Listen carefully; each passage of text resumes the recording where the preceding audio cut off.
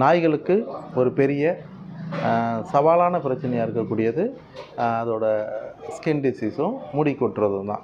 இதுக்கு செலவில்லாமல் ஒரு நல்ல வைத்தியம் அப்படிங்கிறத நம்ம பார்க்க போகிறோம். வணக்கம், நான் உங்கள் பாஸ்கர் பேசுகிறேன். நான் ஒரு அணில் வளர்த்தேன். அவன் பேர் குட்டா. அவன் 7 வருஷம் எங்களுக்கு குழந்தையாகவே வாழ்ந்தான். அவங்களோட ஆயுட்காலம் 7 வருஷம் தான். 7 வருஷம் உயிரோடு இருந்தான். அவர் சின்ன குட்டியாக ரோட்டில் அடிபட்டுட்டு போகுதுன்னு எடுத்தது. அது கடைசியில் எங்களோட வாழ்வியலில் அவனும் ஒரு அங்கமாகவே மாறிட்டான். அவன் எல்லாமே தெரியும். இப்போ ஒரு நாய்களுக்கு என்னென்ன இருக்கோ அதை விட கூட சிறப்பான அறிவும் எல்லாமே, ஞாபக சக்தி எல்லாமே, புரிதல் எல்லாமே இருக்கும் அவனுக்கு. அப்படி வளர்த்த அந்த அணில் என் கூடவே தான் இருப்பான். என் ஷோல்டரில் உட்காருவான், முத்தம் கொடுப்பான், கூடு வருவான், அவனுக்கு வேணுங்கிறத கேட்பான், விளையாடுவான், அந்த மாதிரி தான் இருப்பான்.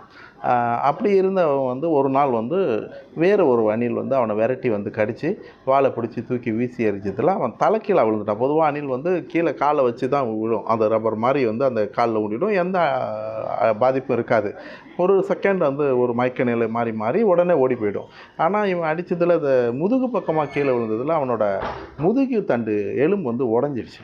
முதுகு தண்டு எலும்பு உடஞ்சாலே என்ன ஆகுனா, அதுக்கப்புறம் அந்த முதுகுக்கு கீழே செயல் இழந்து போயிடும். நீங்களும் உணவளிக்க உதவலாம்.